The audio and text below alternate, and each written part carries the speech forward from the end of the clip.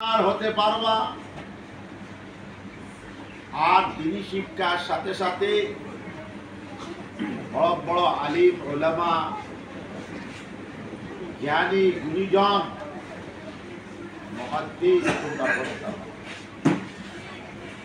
আমার দোয়া রইল, আমি যেন যাব দোয়া করব, তোমরা খুব ভালো করে পড়ো,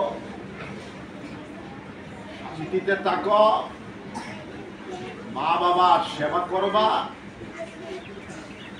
শিক্ষকদের সেবা করবা, শিক্ষকরা যা আদেশ করবেন তা পালন করবা, তাহলে ভালো করে পড়া পাইবা। এই বলে আমার